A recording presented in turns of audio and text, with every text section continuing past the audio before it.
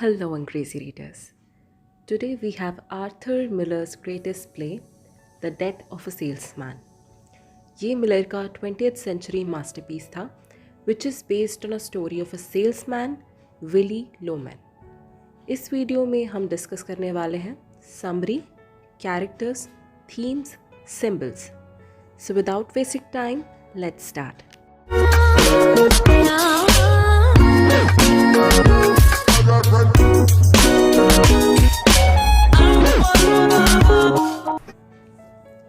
ये प्ले 1948 में लिखा गया था और 1949 में पब्लिश हुआ है।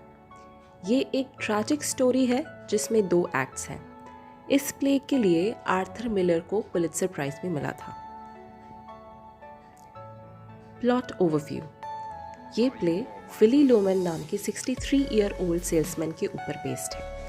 ये आदमी अपनी लाइफ में बहुत स्ट्रगल करता है और तब भी अनसक्सेसफुल होता है। विली एक ऐसा इंसान होता है जो ज़्यादातर अपनी पास्ट मेमोरीज में जीता है।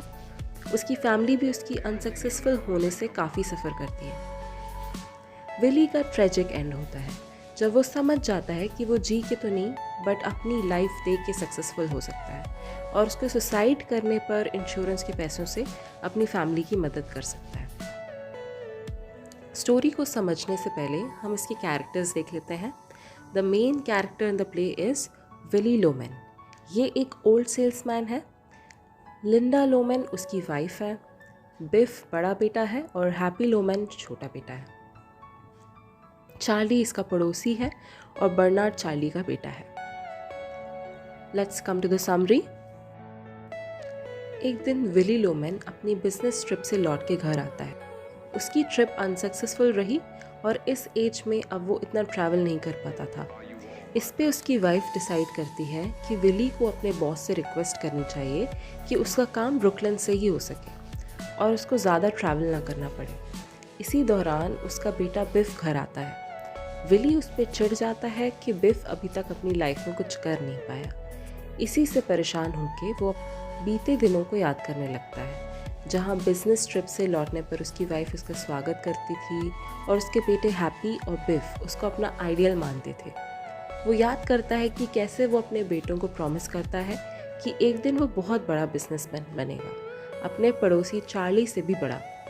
वो अपने बच्चों को ये भी कहता था कि चार्ली का बेटा बर्नार्ड पढ़ाई में तो अच्छा है लेकिन रियल लाइफ में जो स्किल्स एक इंसान के अंदर होनी चाहिए वो उसमें नहीं है। उस दौरान बिफ बहुत अच्छा फुटबॉल प्लेयर हुआ करता था और उसके बड़े ड्रीम्स थे। फिर विली याद करता है कि बिफ उस दिन से बदल गया जब उसने विली को उसकी मिस्ट्रेस के साथ होटल में देख लिया।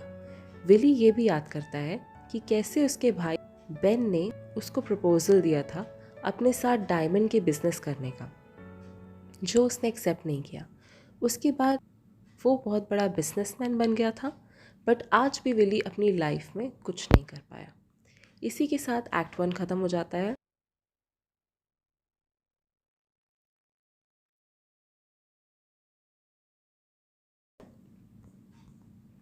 बिफ और हैप्पी डिसाइड करते हैं कि वो लोन लेके एक नया बिजनेस स्टार्ट करेंगे जिस पे विली बहुत खुश होता है।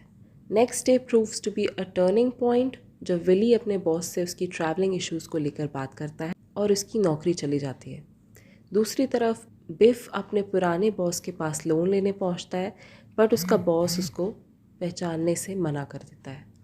डिनर पर विली और बिफ सारी बात फैमिली को बताते हैं जिस पे विली और बिफ के बीच बहस हो जाती है। विली बहुत दुखी हो जाता है और अपने भाई बेन के भूत से बात करने लगता है।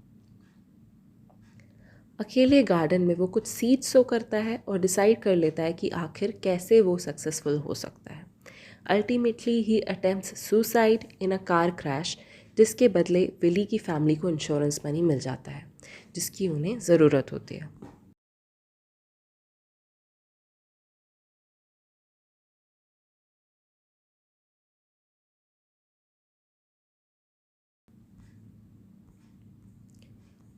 कैरेक्टर्स। Willie Loman. विली को एक ट्रैजिक हीरो माना गया है क्योंकि पास्ट को जीने के बाद भी वो अपनी ट्रू सेल्फ को नहीं समझ पाया। उसने अपने बच्चों को शिक्षा दी, बुकिश नॉलेज से इम्पॉर्टेंट रियल लाइफ स्किल्स हैं। लेकिन आज उसके बच्चे उसकी तरह अनसक्सेसफुल हैं। मोर ओवर बर्नार्ड, चार्ली का बेटा, जिसका एग्जाम्पल विनी ने एज अ बुक वर्म दिया था, वो आज एक सक्सेसफुल लॉयर बन गया।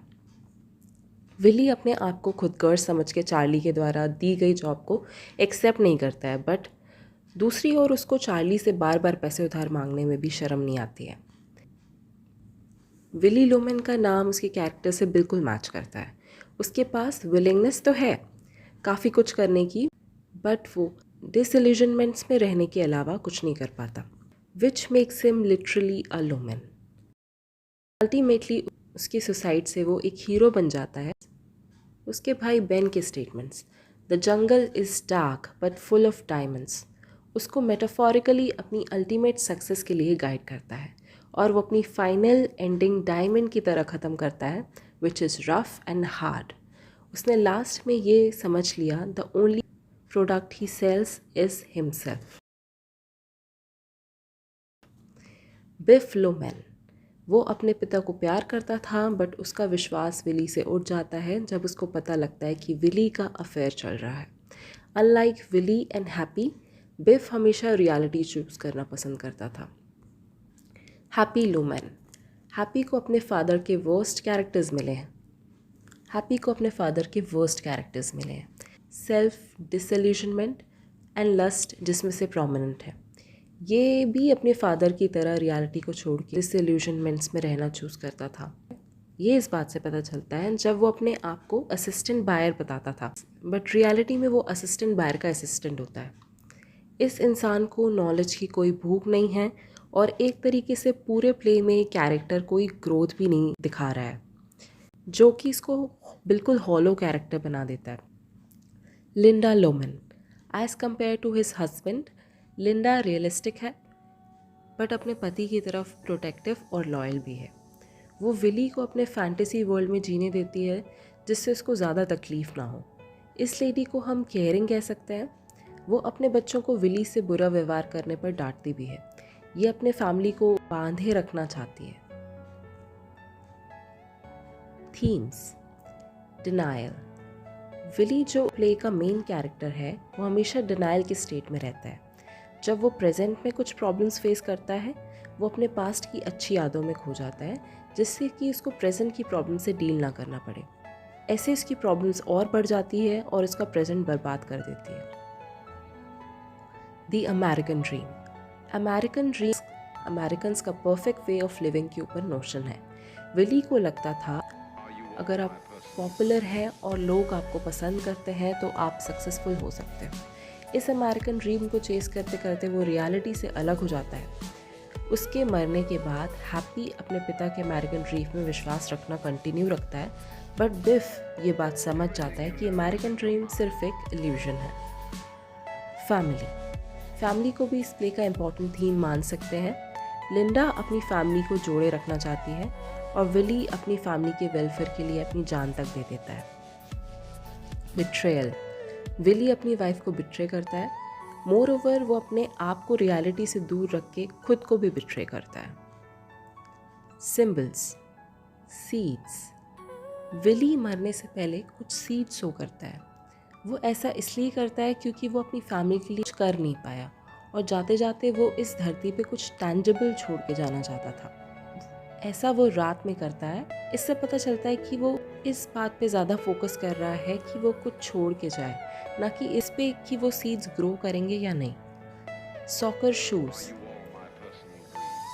विली बिफ को एक रिनोन्ड फुटबॉल प्लेयर बनाना चाहता था, जिससे कि वो अमेरिकन ड्रीम जी पाए। ये शूज़ उसके ड्रीम्स का सिंबल है।